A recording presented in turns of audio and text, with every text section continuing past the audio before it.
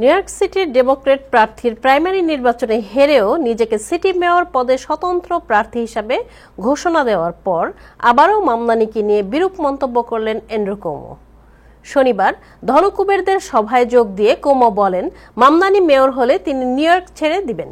যদিও তার সমর্থক শিবিরের দাবি এটা শুধু কৌতুক ছিল।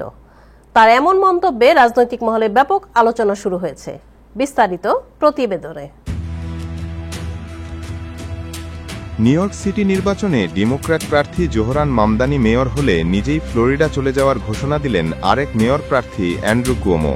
যদিও এই ঘোষণার পর রাজনৈতিক মহলে মিশ্র প্রতিক্রিয়া দেখা দেয়, তবে তার প্রচার শিবির এটিকে কৌতুক হিসেবে দাবি করে। শনিবার সকালে চেইন গ্রোসারি কর্ণধার জন ক্যাটসিমাটিডিস এর আয়োজনে ধনকুবের ব্যবসায়ীদের সভায় সাবেক গভর্নর এবং আগামী নভেম্বরে সিটি মেয়র পদে প্রতিদ্বন্দ্বিতাকারী অ্যান্ড্রু কুওমো বলেন, হাউজিং অ্যাপার্টমেন্ট ভাড়ার উপর মামদানির প্রস্তাবিত স্থগিতাদেশ বর্তমান সময়ে এ খাতের জন্য হুমকি, কারণ এতে বাসা বা অ্যাপার্টমেন্ট মালিকরা রক্ষণাবেক্ষণ কমিয়ে দিতে বাধ্য হবেন, যা দীর্ঘমেয়াদে সিটির আবাসন খাতে বিপর্যয়ে নেমে আসবে।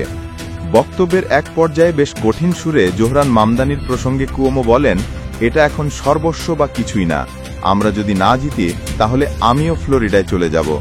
এ সময় তিনি বর্তমান মেয়র এরিক অ্যাডামসকে ইঙ্গিত করে বলেন, 2013 সালে মাইকেল ব্লুমবার্গের পর সিটি কোনো সক্ষম মেয়র পায়নি, এজন্য নিউ ইয়র্ক সিটি বর্তমানে নিয়ন্ত্রণহীন হয়ে পড়েছে। এই বিষয়টি নিয়ে আলোচনা শুরু হলে কুওমোর মুখপত্র রিচ অ্যাজ ও পার্টি গণমাধ্যমে জানান, কুওমো কখনোই নিউ ইয়র্ককে ছেড়ে যাবেন না।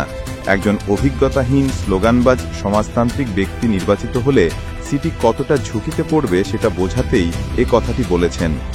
এর আগে গত 24 জুন ডেমোক্র্যাট প্রাইমারিতে প্রগতিশীল জোহরান মামদানির কাছে হেরে যাওয়ার পর আবারও মেয়র নির্বাচনে স্বতন্ত্র প্রার্থী হিসেবে ফেরার ঘোষণা দেন অ্যান্ড্রু কুওমো।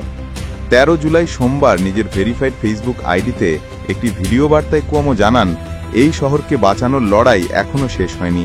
জুনের প্রাইমারিতে মাত্র 13% নিউ ইয়র্কবাসী ভোট দিয়েছেন। সাধারণ নির্বাচন নভেম্বরে, আর আমি জয়ের জন্যই লড়ছি।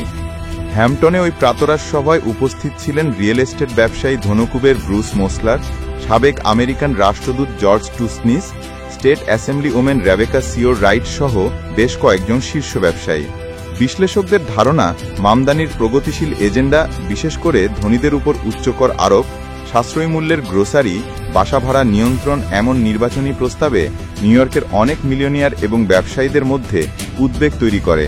তারা মামদানিকে ঠেকাতে একজন শক্তিশালী প্রতিদ্বন্দ্বী প্রার্থী হিসেবে অন্য কোনো বিকল্প পাচ্ছিলেন না।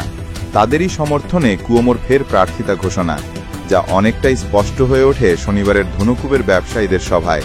কুওমোর ফের প্রার্থিতা ঘোষণায় ও মেয়র অ্যাডামস এবং তরুণ প্রগতিশীল মামদানি এই 3 ডেমোক্রেটের লড়াইয়ে আগামী 4 নভেম্বরের সিটি মেয়র নির্বাচন বেশ প্রতিদ্বন্দ্বিতাপূর্ণ হবে বলেই আভাস পাওয়া যাচ্ছে।